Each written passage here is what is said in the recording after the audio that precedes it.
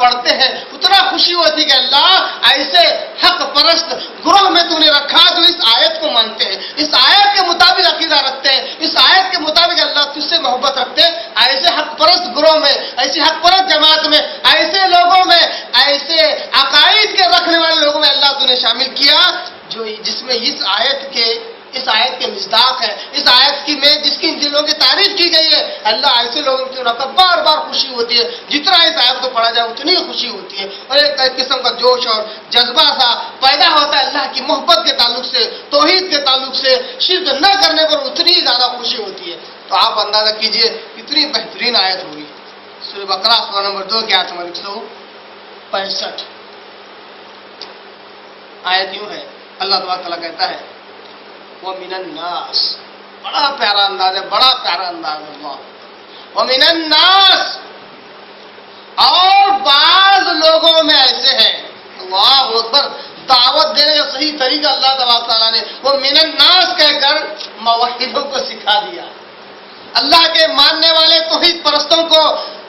توحید کی دعوت دینے کا طریقہ سکھا دیا، وہ مِنَ النَّاسِ کہہ کر۔ بعض لوگوں میں بعض لوگ ایسے ہیں، یہ لفظ استعمال کر کے توحید پرستوں کو، دین کی دعوت دینے والوں کو، خالص اللہ سے محبت رکھ کر لوگوں کو خالص اللہ کی محبت کروانے والے لوگوں کو انداز بیان اللہ تبارک تعالیٰ نے سکھایا، کیا کہہ کر وہ مِنَ النَّاسِ، حالانکہ بات بڑی گھناؤنی ہے اور اکثر لوگ اس بیماری میں ملوث ہیں، پھر بھی لفظ اللہ تبارک تعالیٰ وہ مِنَ النَّاسِ، لوگوں میں سے بعض لوگ، یہ کہہ کر اللہ نے دعوت کا صحیح طریقہ، انداز بیان کا صحیح طریقہ اللہ تبارک تعالیٰ نے سکھایا، کیا کہتا ہے وَمِنَ النَّاسِ، لوگوں میں بعض لوگ ایسے ہیں مَن يَتَّخِذُ مِن دُونِ اللَّهِ اندادا، کہ یہ لوگ اللہ کے ساتھ دوسروں کو شریک کرتے ہیں،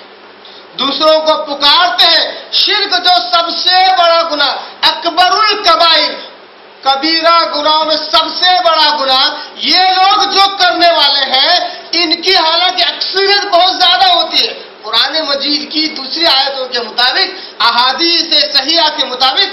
اکثریت شرک میں ملوث ہوتی ہے،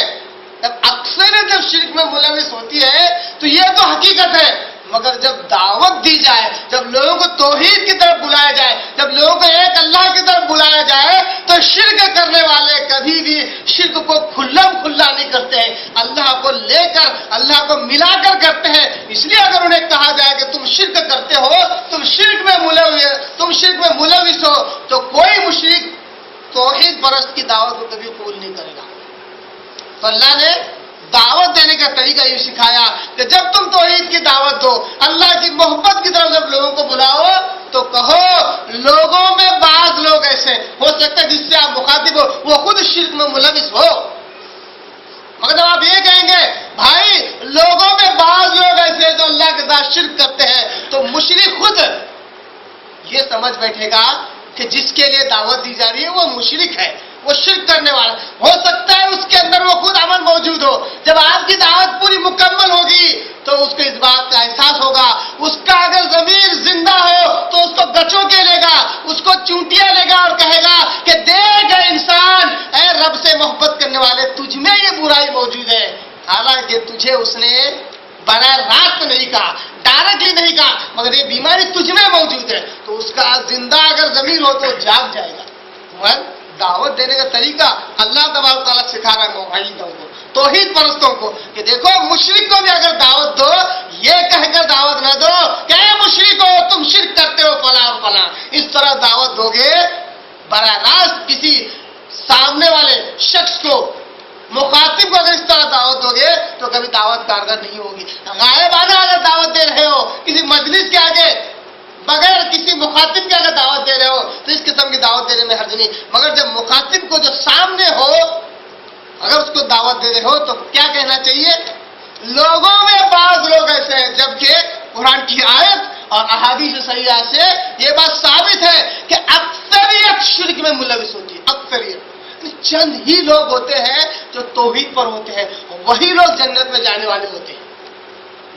یہ کوئی نئی، یہ انوکھی بات نہیں ہے، قیامت تک رہنے والا فارمولہ ہے، یہ ایسا نہیں ہے کہ جیسا جیسا دن گزرے گا توحید پرستوں کی جماعت بڑھتی جائے گی، مشرکوں کم ہوتی جائے گی، ایسا نہیں ہے۔ قرآن مجید کی آیتیں اور احادیث صحیح اس بات کو ثابت کرتی ہے، قیامت تک یہی پروپورشنل رہے گا کہ شرک بہت زیادہ عام رہے گا، مشرکوں کی جماعت اکثریت میں ہوگی، موحدوں کی جماعت اقلیت میں ہوگی، حق پرستوں کی جماعت اقلیت میں ہوگی، اور گمراہ لوگوں کی جماعت، مشرکوں کی اور کافروں کی جماعت ہمیشہ پھر قیامت تک یہ فارمولا رہے گا۔ ساری جدوجہد، ساری کوششیں کر لو کہ یہ پرسنٹیج، یہ پروپورشن بڑھایا جائے، یہ نہیں ہو سکتا۔ قیامت تک یہی ہوگا، کب تک؟ جب تک کہ عیسیٰ علیہ السلام کا نزول نہ ہو جائے۔ حضرت امام مہدی رحمہ اللہ کا ان کی حکومت نہ ہو جائے 40 سالوں تک، اس وقت کے 40 سال جس میں صرف خوشحالی ہوگی، توحید پرستوں کا بول بالا ہوگا، اس وقت تک یہی پروپورشنل، یہی تناسب رہے گا کہ مشرکین کی اکثریت ہوگی، شرک میں ملوث زیادہ لوگ ہوں گے، وہ لوگ بھی شرک میں ملوث ہوں گے جن کا ظاہری تو اسلام بڑا اچھا ہوگا، جن کی باتیں بڑی میٹھی ہوگی، جن کی زبان سے قرآن مجید کی آیتیں اور احادیث نکلتے ہوں گے، مگر ان کے عقائد میں، ان کے اعمال میں، ان کی زندگیوں میں، ان کے معاشرے میں شرک داخل ہو چکا ہوگا، شرک کے ساتھ وہ پنپ رہے ہوں گے۔ پھر بھی کیا پیارا انداز اللہ تبارک تعالیٰ کا، کہتا کہ موحدو جب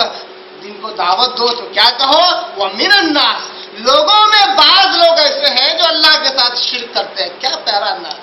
ہو سکتا ہے کوئی مشرک جو جھوٹا توحید کا